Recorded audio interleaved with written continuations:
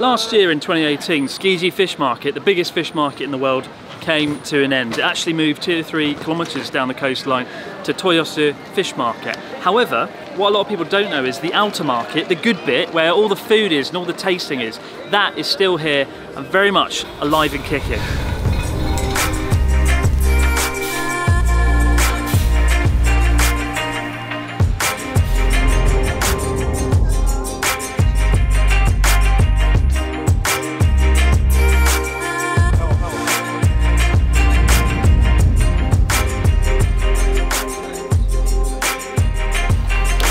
With the freshest food and an atmosphere unrivaled throughout Tokyo, today we're going to wander through Tsukiji Market and uncover the best dishes we can find. And joining us on our morning binge is Japan's coolest man. And look, here he is now, walking down the street, desperately trying to conceal the smug expression on his face, and failing. Good morning, Ryotaro. Good morning. Good to see you. Welcome to Tsukiji. What did you eat last night? Nothing. Nothing? Preparation. Because I knew we were going to be eating so much today. Good move. How many times have you actually come to Tsukiji Fish Market? This is my second time. Second time ever. Seriously. In 100 years. Exactly. It's your second time. That's right. Let's go and get stuck into it, ladies and Let's gentlemen. go. Let's go. Tsukiji's outer market is home to over 300 shops and restaurants, so knowing where to start can be a little bit overwhelming.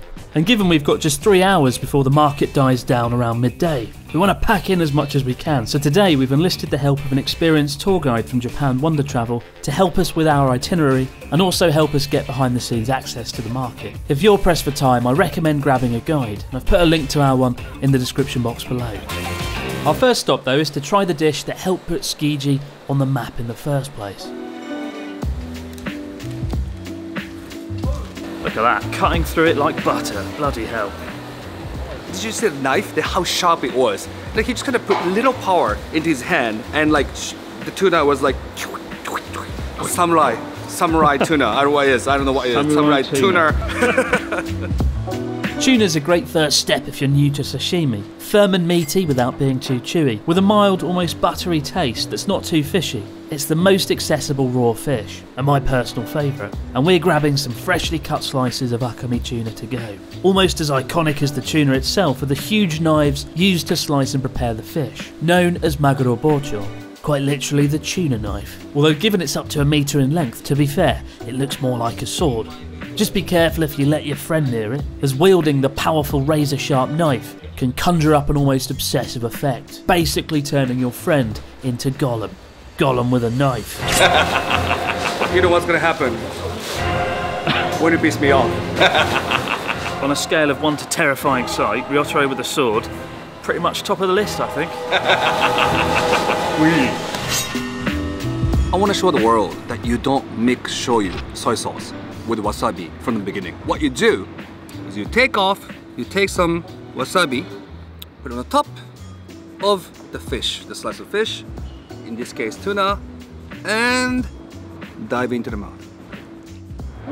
How is it? How is the tuna? Amazing. Oh yeah. It's always a lot of fun seeing tuna being prepared and then eating it. Like that knife, I want a knife like that. And actually it shows you how sharp it was, but actually just looking at the surface of the tuna. And it's very clean. Yeah, there's no imperfections. The blade is so smoothly just sort of cut through it. Imagine if I cut you. Imagine if I cut you. It's supposed to be a light-hearted, enjoyable morning of food, and you turn it into some sort of violent... You could just say, you're not going to see any imperfection of my body. That's the... You're ruining the moment. Ruining the moment. Having received awkward death threats over breakfast, we next head down one of Tsukiji's many lively alleyways to watch our next dish being prepared. Beautifully fluffy tamagoyaki rolled omelette. One of my favourite things about Tsukiji is the little alleyways down the back where all the food is produced. Here, you can see this production line of tamagoyaki omelette being cooked. I never knew it, but the tamagoyaki, the omelette itself, is pretty big. Usually you only get a kind of a thin slice, but here you can see how big they are. They're about that big. That big! Omelettes are one of the few things I can cook, so I feel a special affinity with this place. One of the 3 things I can cook. What are the other 2? Chicken salad. Oh no, there's only 2 things I can cook. It's awkward. What's so different about Japanese omelette is quite often it's a bit sweet. This omelette is made out of egg, salt, and a dashi, the broth, and sugar. It's quite heavy. Wow. It's beautiful. It's a little bit sweet, and because of the dashi, it's kind of got a subtle fishy flavour to it. It's very fluffy. Can break apart nicely. Whenever I get an assortment of sushi, my first favourite thing is the tuna. Second, tamagoyaki. No kidding. Third thing, salmon. Like sea urchin, stuff that. Like, oh no, come on, man. I can't do sea urchin. But I made short work of that. I think my favourite thing about Tsukiji Market is the whole thing feels like one big film set. It's true. I don't know. Like almost like a Blade Runner with the food. Blade Runner with food. That's the best description I've heard of anything. My favourite film combined with food. Exactly. That's what this is. Perfect. That's where we're at. If you're not into raw fish, definitely this grilled fish cake is the way to go. As you can see, it's kind of grilled, same kind of way. Skewered meat is cooked over a small grill. So it's fish that's been sliced together and grilled, and it's a bit like the texture of a crab stick, but if you imagine crab sticks, then imagine something that's good. That's what a fish cake is. It's actually quite a popular dish in Sendai, where Ryota and I both live. But in Sendai, it's just the fish cake. They don't actually grill it or fry it. Here, they deep fry it and then they grill it. Is it healthy?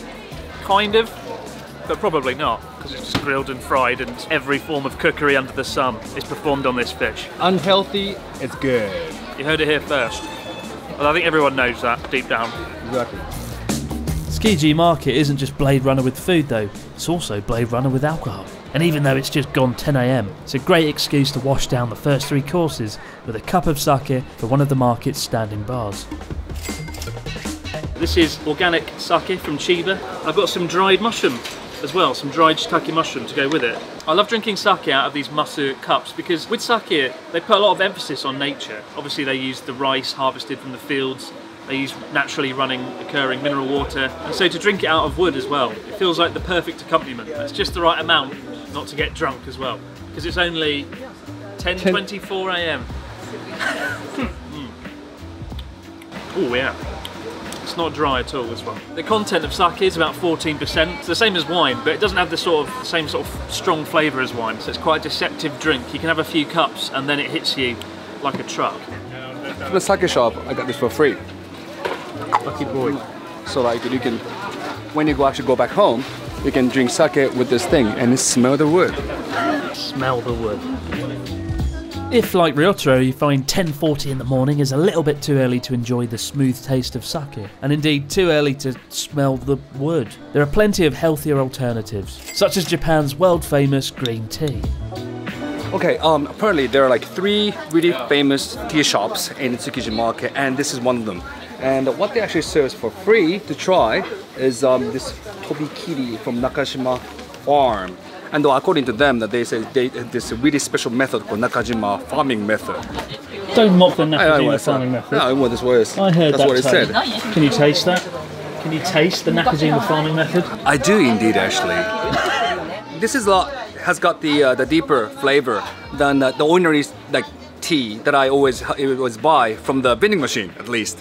Professional shop. What a terrible comparison. It's better than the stuff I got from the vending machine. Yeah, but thanks to Nakajima farming method, this tea is a little special because normally they harvest these tea leaves in later April, and they actually make tea, just normal tea, straight out of it. But they actually make the leaves mature until they wait until the fall, and they dry it and then make tea.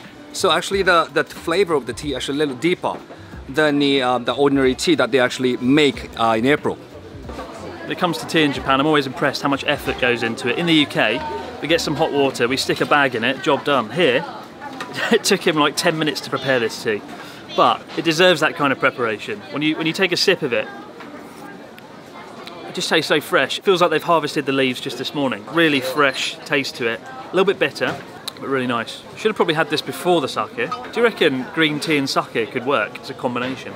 Never heard of it. It's your invention. That's my invention. Yeah. Let's see how it comes Put it on out in the Wikipedia. market. Put it on my Wikipedia page. No one buys Chris it. Broad invented green tea sake. Haven't actually done it yet, but I will. Should take this cup, go back to the sake shop and blend it together to create the ultimate drink. The health benefits of tea with the drunken benefits of sake. Sounds very Chris Broad.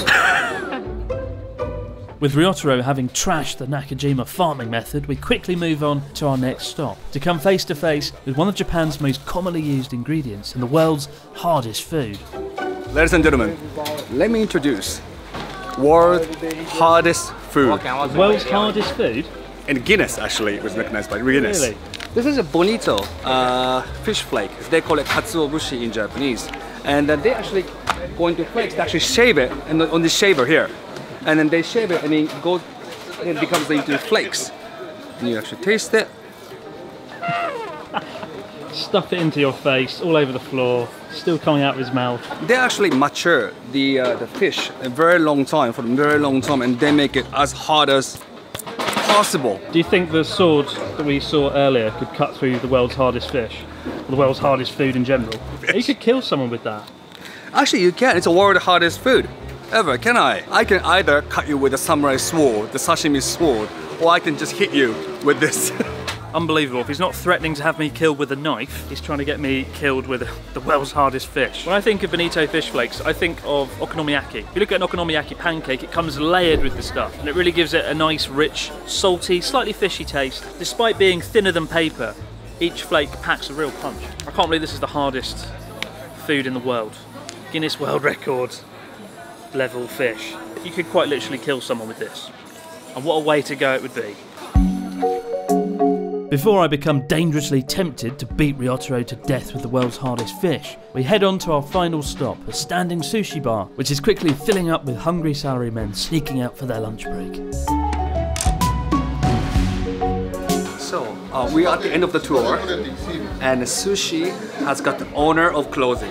We've got salmon, yellowtail, and steamed prawn, squid, and grilled salmon, and the rolled salmon and tuna, and it's a mashed tuna. Which is your favourite? Actually, I love yellowtail. This is my favorite. Yellowtail? Yellowtail, yeah. Why? It's just so good. Melts in your mouth. This is my second time saying it, but it melts in your mouth. I think this might be my first time having sushi while standing. Quite popular throughout Japan, throughout Tokyo. The reason I've never done it is just because I'm incredibly lazy. It's got something quite fun about it all. People come in here, they come from work, they come from the office, they're in a hurry, they come in, they get their plate of sushi, eat it, and then run off back to work. So it's all about speed and efficiency. And with sushi chefs, as you can see, they're so damn quick at preparing the food. I said my favourite things earlier when I had sushi were tuna, tamagoyaki, and salmon. Got salmon and tuna in abundance here. I'm particularly excited about the seared salmon. They take a bit of salmon, raw salmon, flame grill it, and just releases this beautiful smoky grilled scent.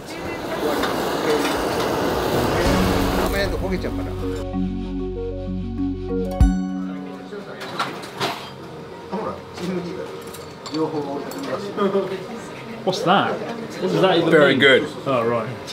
Don't say it. You did quotation marks without saying anything. Makes almost. We're saying it silently. Right, sure. I can't.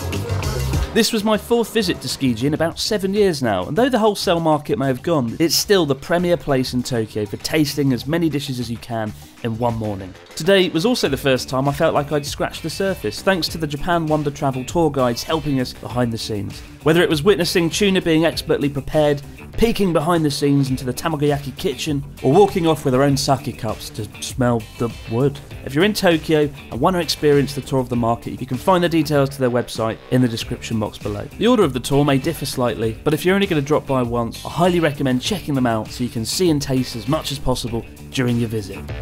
And so concludes our fantastic tour of Tsukiji Fish Market. Indeed. What was your highlight? Tuna samurai, Oh the my sword. God. I've never been as scared as the moment I saw you clutching that sword earlier today. And I'm hoping to get one for my own. What? I don't think that's a good idea. For me though, my highlight was the fish. Bonito fish World flakes. hardest food. Honestly, I would love to have a duel with you. You can have the sword. Yeah. I'll have the fish. Fish. We'll see who can Street win. Fighter 2. That fish was so bloody hard. You could build a rocket ship out of that stuff. As always, thanks for watching the Raw Japan Thank channel. you, guys. We'll see you right back here next time to do it all over again. Have a good one. See ya. I'm off to get one of those fish to beat you to death with it. Oh!